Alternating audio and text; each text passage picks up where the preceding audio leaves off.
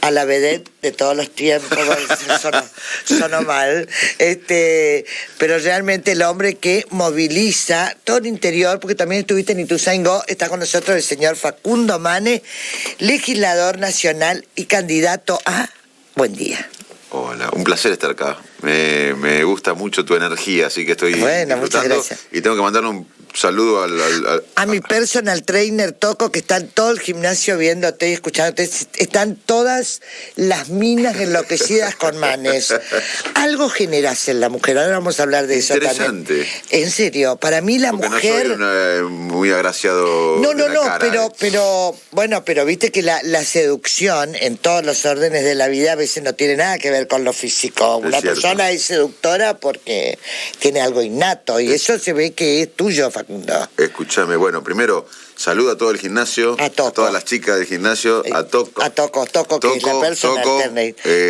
Concentrate un minuto en empatía, después seguir con el gimnasio. Bueno, empatía. A ver, movimiento político, ¿qué es empatía?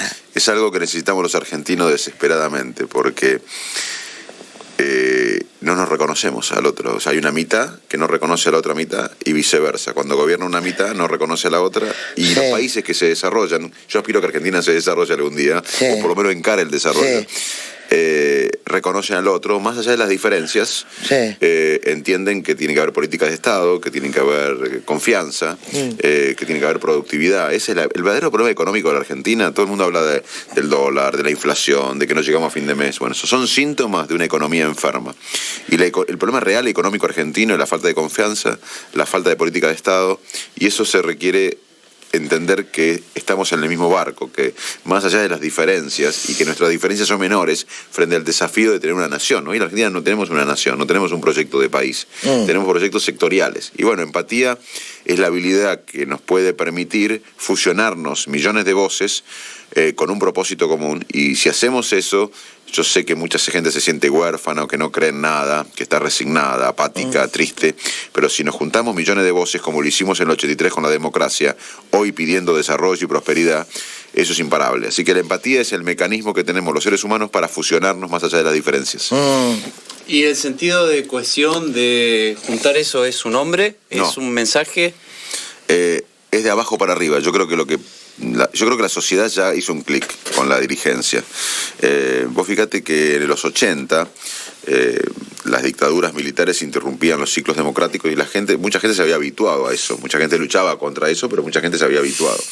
¿Qué fue lo que rompió eso? Fue Malvinas. La tragedia de Malvinas aceleró la fractura entre los militares interrumpiendo los ciclos democráticos y la sociedad.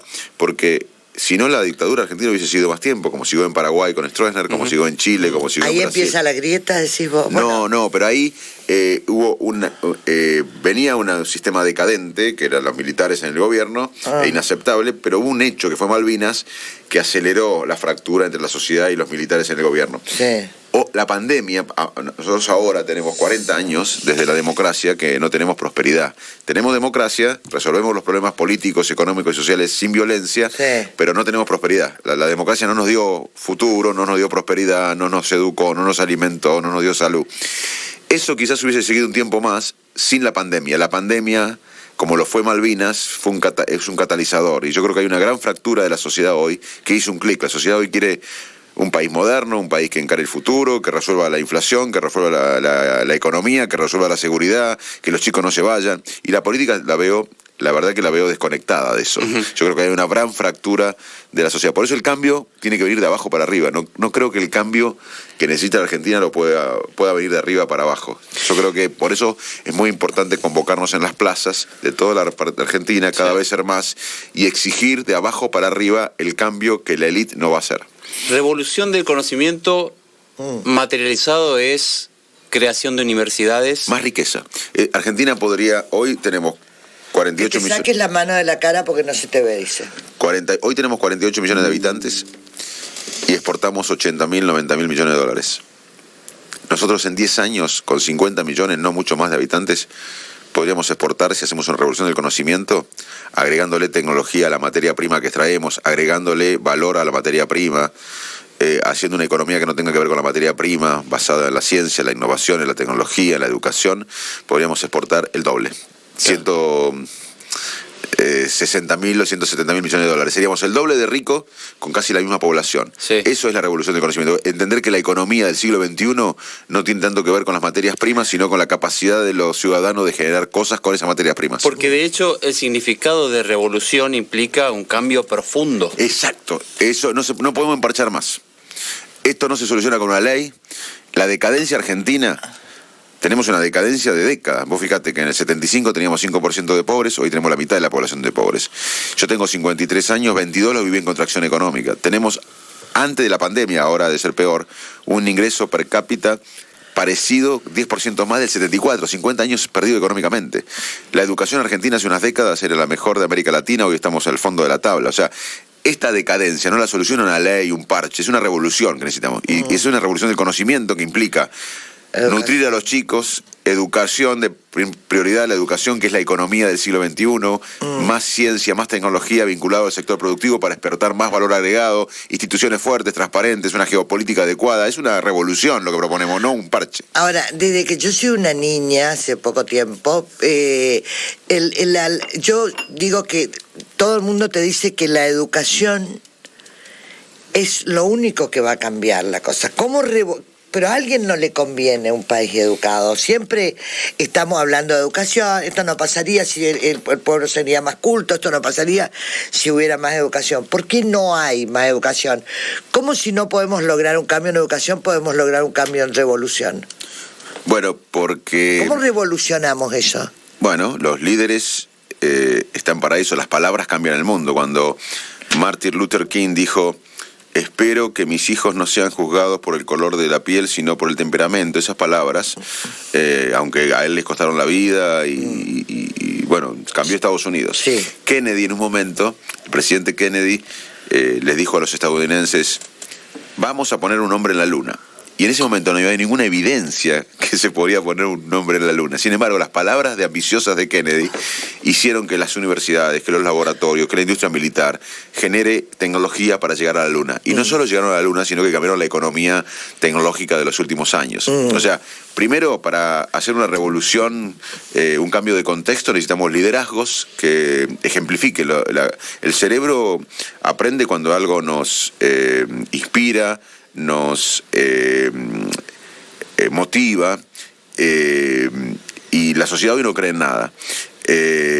Vos fíjate, cuando yo era chico, nadie me decía, pero yo entendía implícitamente que si estudiaba, trabajaba y era honesto me iba a ir bien. Y así fue. Ese país no existe más. Hoy los chicos, ¿sabes qué piensan? Que la plata en Argentina se hace siendo político, siendo narcotraficante y siendo futbolista. O sea, es un cambio cultural el que planteamos. Y bueno, está en los liderazgos tratar de impulsar un cambio cultural. Sin un cambio ético, moral, cultural, no va a haber un cambio institucional. Y sin instituciones fuertes la economía va a ser débil. Es un cambio cultural, ¿no? Argentina no se soluciona con una medida, con un parche, con una nueva presidenta o presidente que haga algo menor. Es una revolución cultural que nos involucra a todos nosotros. Sin querer, en los 80 dijimos, bueno, dejamos atrás la dictadura, la violencia y vamos a la democracia, a la paz, a la vida. Hoy tenemos el mismo dilema.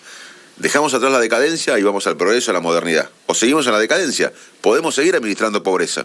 Podemos seguir discutiendo el subdesarrollo sustentable. Pero yo no quiero eso. Yo no me resigno a que mi país está cada vez peor. ¿Y qué va recogiendo en toda esta recorrida?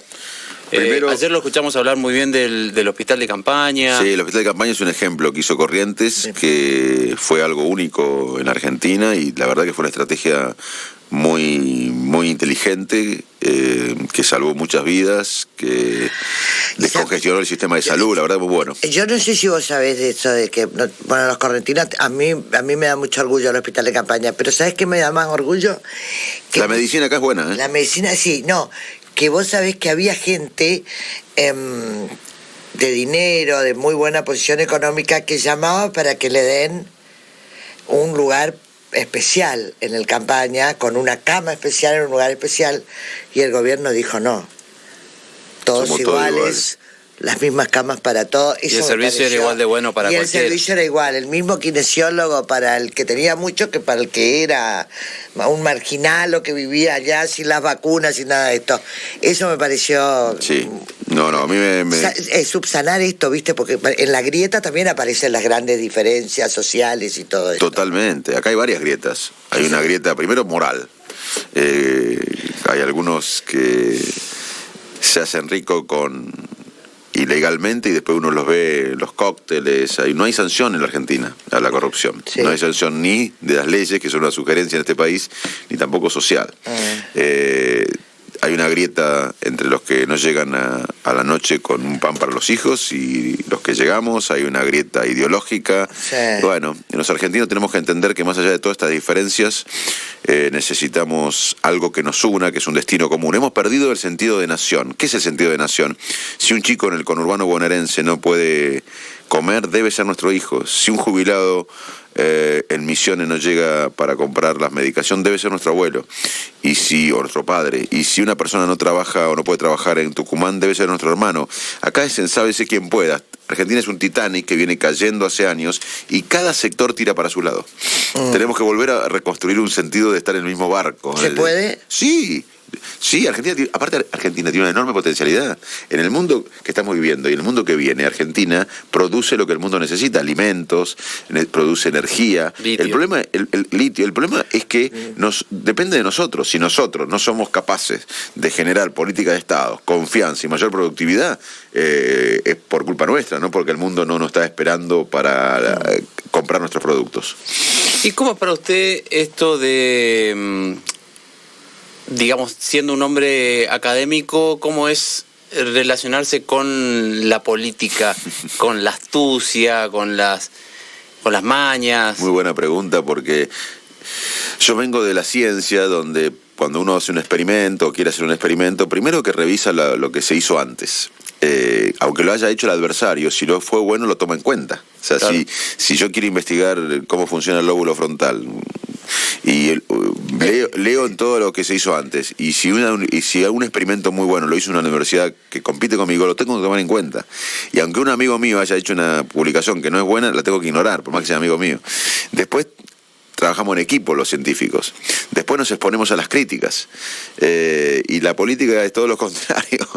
Es toda especulación. A veces en la Cámara me siento un poco intoxicado por una energía que yo no estaba acostumbrado a. Cuando uno se reúne con científicos o con médicos, nos unimos con un motivo que es sanar al paciente, curar, ayudar. Y a veces en la política estás con 10 personas que... ¿Le puedo pedir un ejemplo? Muchos te quieren que te vaya mal. Claro. No, pero ¿Tiene una situación puntual? Sí, que yo veo, no en personas, pero veo muchas discusiones para el poder, para llegar al poder y para mantenerse, pero no para solucionar los problemas de los argentinos. Fondo. Por ejemplo, te doy un ejemplo de cómo grafico este problema yo. La sociedad argentina es una familia que está en la sala de espera de un hospital, esperando que los médicos atiendan al familiar, que es la Argentina, que está grave, en terapia intensiva. Y los médicos son los dirigentes que tenemos que solucionar el problema del paciente. Y un día los familiares que están en la sala de espera se enteran que los médicos, en vez de preocuparse por el paciente, se pelean entre ellos por el guardapolvo más lindo, por la cochera más linda, por la oficina más linda. Ya, yo veo a veces que los médicos, que la política, está interesado más en sobrevivir que en solucionar los problemas de la Argentina. Bien. Bueno, sí, ya le pregunto. ¿No van a haber más libros? Sí.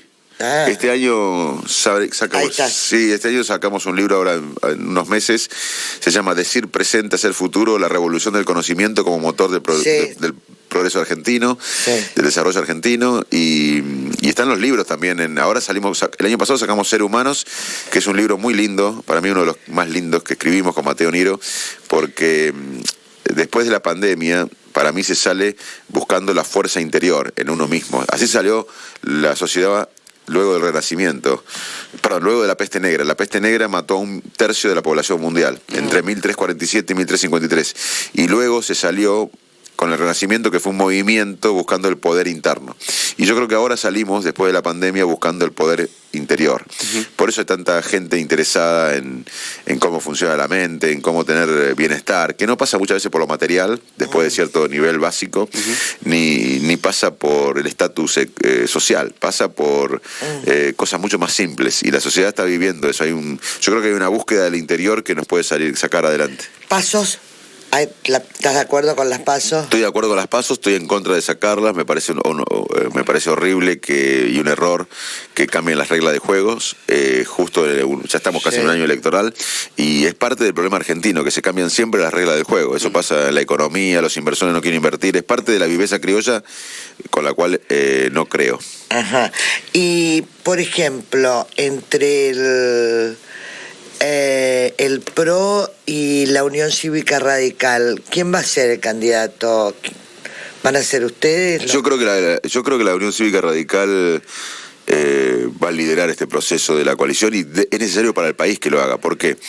Porque el PRO gobernó en los últimos años, de 2015 al 19. Y ustedes lo siguieron. Y nosotros, con la ética de responsabilidad, lo acompañamos sin ser un gobierno de coalición. El mismo Macri dijo, este es un proyecto de coalición electoral, pero no coalición de gobierno.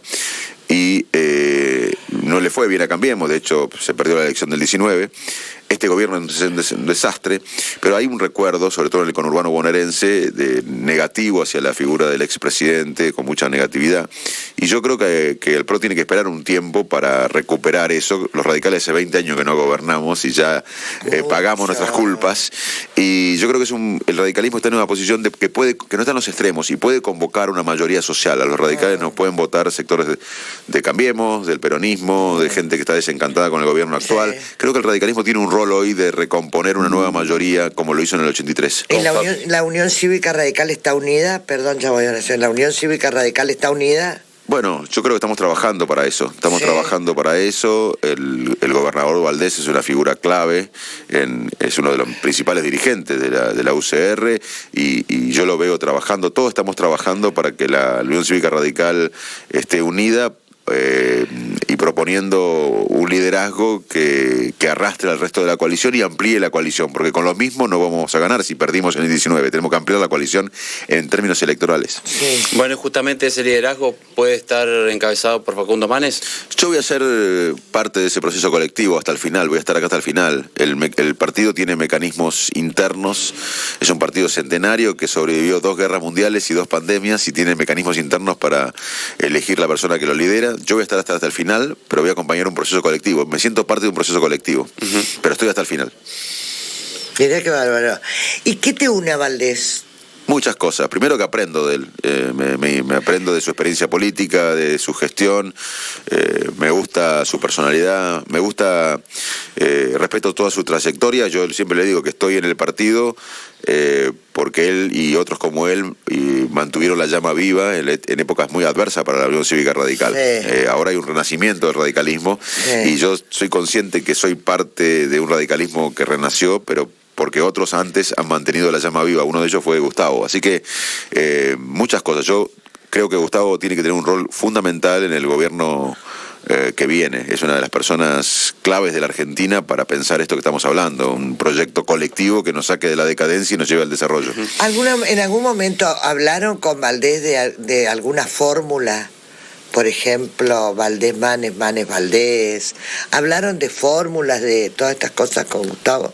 Mira, no, la verdad que no hablamos de... Me encantaría que Gustavo encabece una fórmula, me encantaría. Para mí Gustavo es uno de los presidenciables que tiene la Argentina. Él por ahí no lo quiere. Por lo menos tiene imagen muy no, alta. Y es presidenciable, tiene experiencia de gestión, tiene un manejo exitoso de una provincia importantísima como es Corrientes. Hace poco el expresidente Eduardo Duhalde también lo postuló como buen candidato. Es un presidenciable, Gustavo, depende de él.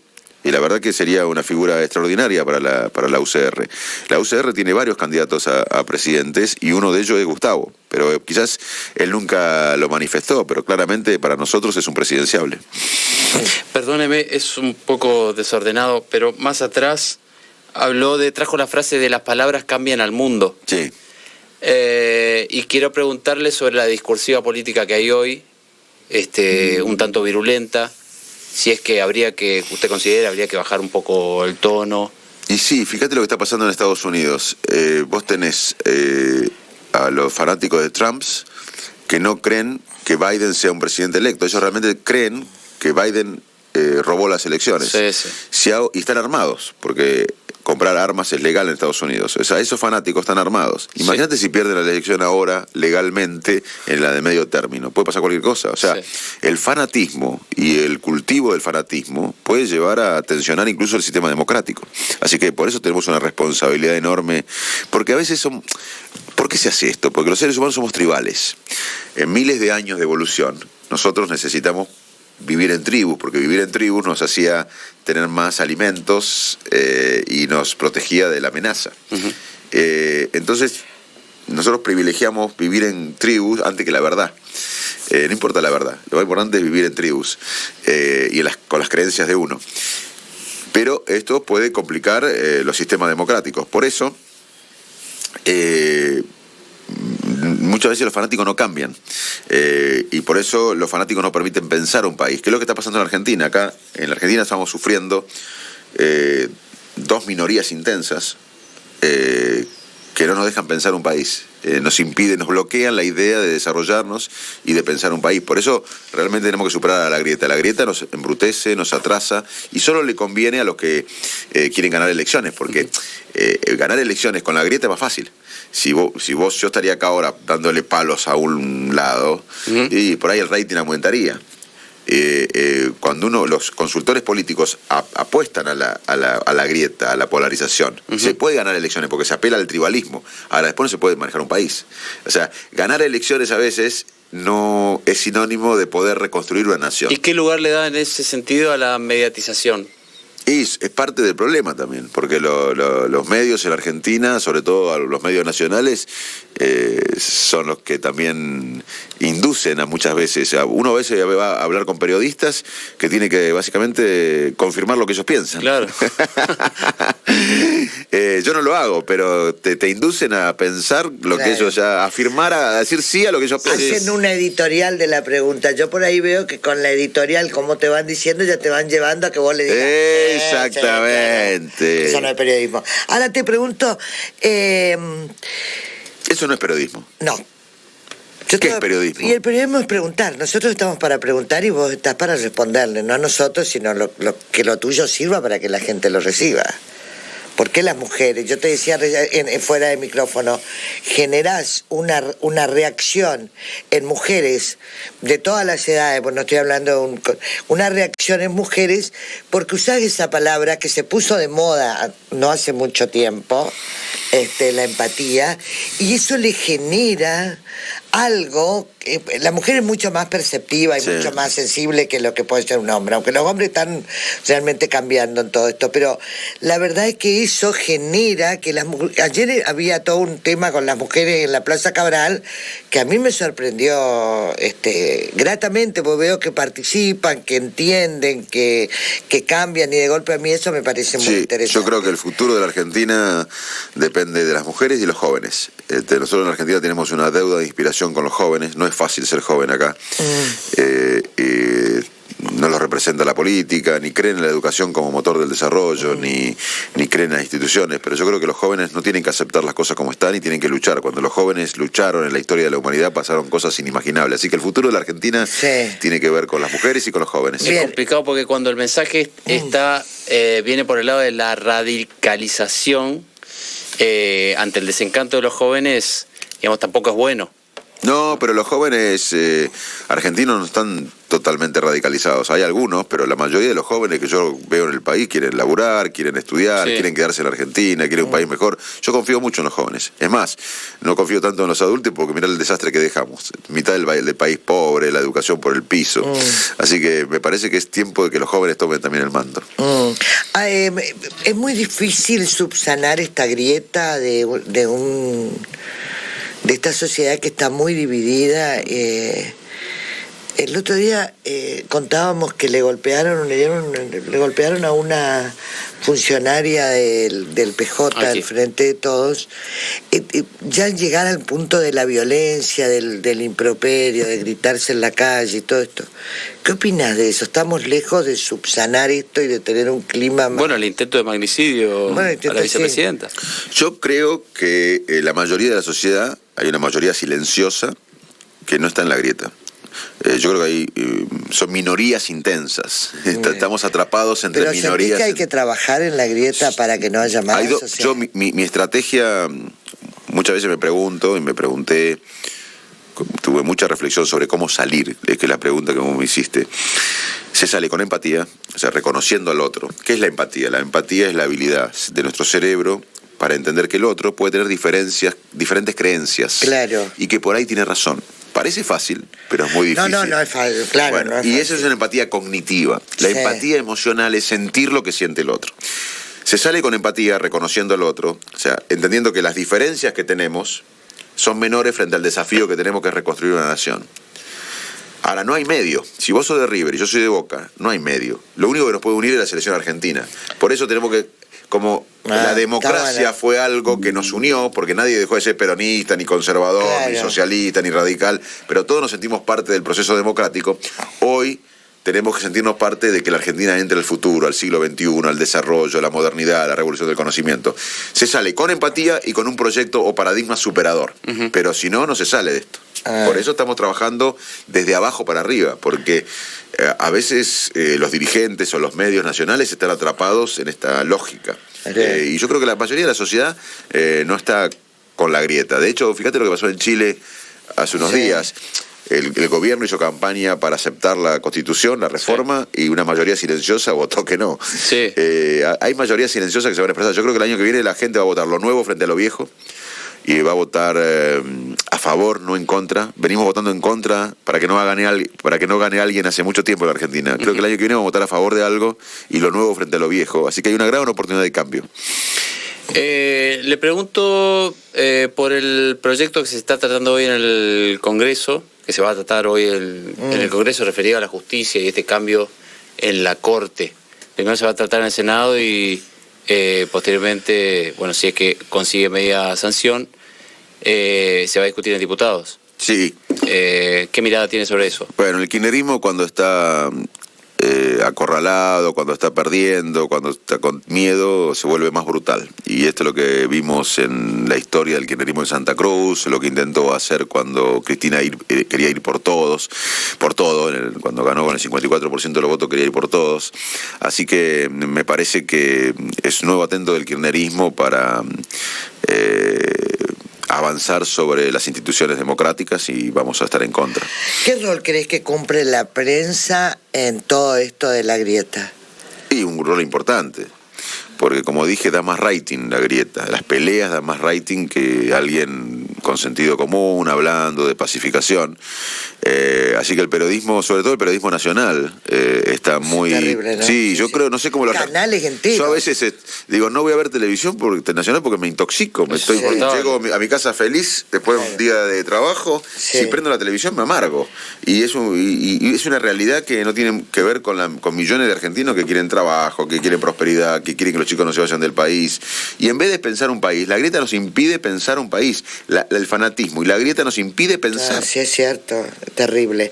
Me pidió Chipa una pregunta. Vamos a hacer una futurología. Manes presidente de los argentinos. Pasó las PASO, ganó, cabeza de lista, ¿cuál sería en esta que vos decís que nosotros, que los argentinos también perdimos la capacidad de soñar? ¿Cuál es tu sueño, tus primeras medidas? Yo creo que el próximo presidente o la próxima presidenta ¿Qué puede ser? debe, claramente tiene que ceder. Acá nadie cede. Acá uno llega al poder y se cierra. Necesitamos menos políticos y más estadistas. Estadistas son los que ceden para el bien común, para largo plazo. Acá... ¿Hay alguno? Bueno, tenemos que apostar, porque los estadistas son los que cambian las naciones. Acá a veces, repito, tuvimos proyectos narcisistas, personalistas, autobiográficos, todo basado en una persona. sumado a instituciones débiles, es un cóctel muy peligroso. No es solo un dejo del peronismo, también es algo del radicalismo esto, de los otros partidos políticos. Y también Macri se cerró mucho. Macri se cerró. Macri en el 2017 podría haber, cuando ganó la medio término, que fue una elección muy importante, él debería haber convocado ahí a un nuevo contrato social y se cerró. Fue uno de los grandes errores para mí de él. Bueno, lo que tenemos que hacer es llegar y ceder. No ceder cuando está... Fíjate lo que es el kirchnerismo, está cediendo ahora, quiere hablar porque están mal.